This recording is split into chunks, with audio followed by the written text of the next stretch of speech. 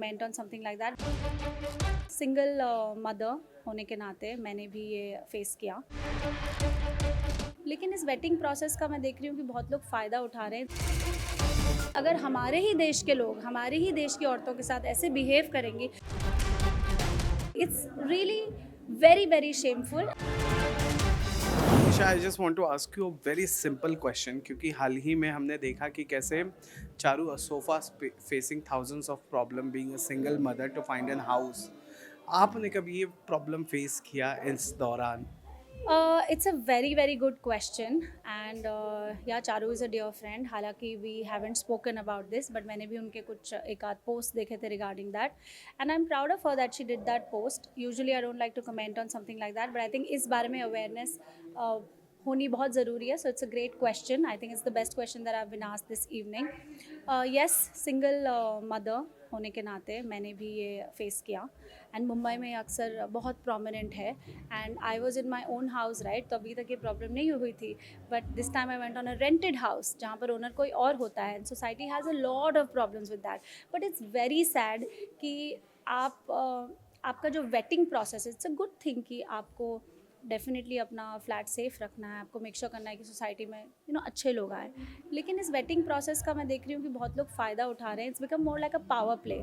कुछ लोग सिर्फ अपना पावर दिखाने के लिए भूल जाते हैं कि आप एक तो एक ओनर को अच्छा टेनेंट दिलाने से रोक रहे हैं, एक अच्छे इंसान को आप अपनी सोसाइटी में आने से रोक रहे हैं. प्लस अगर हमारे ही देश के लोग हमारे ही देश की औरतों के साथ ऐसे बिहेव करेंगे, उन्हें अगर आप घर ही नहीं दोगे रहने के लिए, तो वो बाकी की जर्नी कैसे तय करेंगे. It's really very very shameful, and I also had to go through an experience like that where there was a lady who was acting like really like I cannot even say, but it was sad because मेरे बेटे भी मेरे साथ थे, मेरी mummy भी मेरे साथ थी, but they had a problem because I was a single parent. So मेरे पास सारा डॉक्यूमेंटेशन था, there was no problem, but I had to face something like that too, and I've never really spoken about it, but I'm glad you asked that question, and it is very very shameful to do something like that.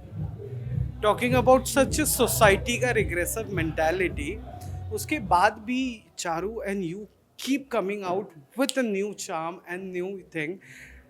इससे आप अपने बच्चे को कितना strong बना रहे हो, आपको पता चल रहा है. Did you talk to your child about all this thing, क्योंकि वो अब समझने की उम्र में आ रहा है धीरे धीरे, तो आप इस बारे में बात करते हो. डिड यू टॉक अबाउट जो कुछ सोसाइटी में हो रहा है या आपके करियर में जो कुछ हो रहा है?